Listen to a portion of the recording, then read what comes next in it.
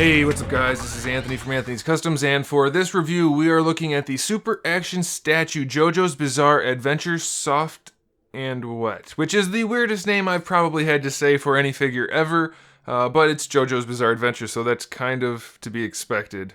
You never know what they're going to be named. This is my least favorite JoJo's figure, to be completely honest. It's kind of a cool design and kind of horrible at the same time, but the figure itself just doesn't deliver. It doesn't have any real appeal to me. But maybe you have a particular connection to the character, so maybe it'll be alright. So let's get him off the stand and we can take a closer look. This guy stands just about 16 centimeters, just over, maybe like 16.2. And then he's just under 6.5 inches. Of course, you can adjust that by playing with the articulation a little bit. However, despite the fact that it looks like his articulation would be really good, it's actually not that good. But before we do that, let's get into the accessories. The head that I have on him is not the standard head. I've actually swapped him out already because I was playing around with it and I forgot to swap it back. But the head is the same, just with pink. So the normal head is the white version, then we have the pink version. Then we have another normal head that looks just like the other normal head. Kind of different sculpt for the ear things, but I'm not sure. And then we have the one that looks kind of like a hockey mask, which is really cool. I like that one a whole bunch. As far as interchangeable hands go, we have the two standard hands, the fist hands that come on him in the package. And then we have a whole bunch of other ones. We have a style pose hand that has the two middle fingers kind of down, the pinky and index finger kind of out. We have two kind of relaxed hands. And then we have two that are in the definite style pose. Then we have the exact same hands all in the metallic version with the corrugated fingers, which looks really cool. And then lastly, we have our standard JoJo's Bizarre Adventure 3-piece display stand. And I say 3-piece because I shouldn't, but we have 3 pieces of articulation. I guess I could sneak it in that way. You get it, it's a standard display stand. Alright, now as far as the figure goes, there's almost no paint on it.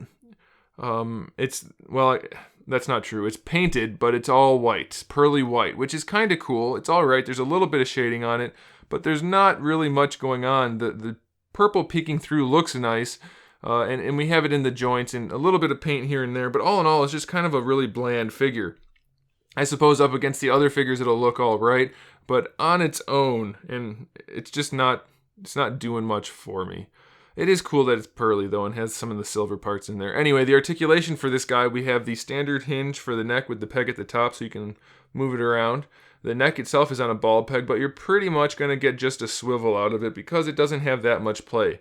The shoulder pads are on a ball peg so they can move around how you need them to. The shoulders themselves going to rotate around this way. And since these are up here, they're going to impede that quite a bit. But it is a standard ball hinge for the shoulder, just not great range of motion. We do get a bicep swivel out of it. Single jointed elbows, which is odd because normally they have double, and maybe it suits the character design to have just a single, but it is very limiting. You only get about 90 degrees out of the bend, so it's not great. I do like that they have the little tuber things looking like they're connected even though they're not, so that's a nice touch. The torso, it's technically a ball peg, but you really get no play in any way. You can lean it just a little bit side to side, front and back, but it's mostly just a swivel. So it's pretty disappointing.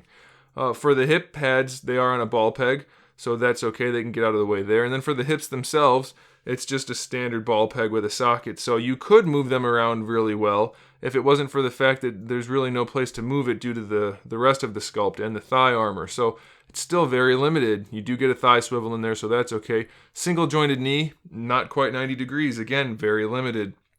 Tuber thing, cool, but limited articulation, not so cool. And then same thing for the ankles. We have a single joint, which is standard, but you don't get to bring it forward very far at all.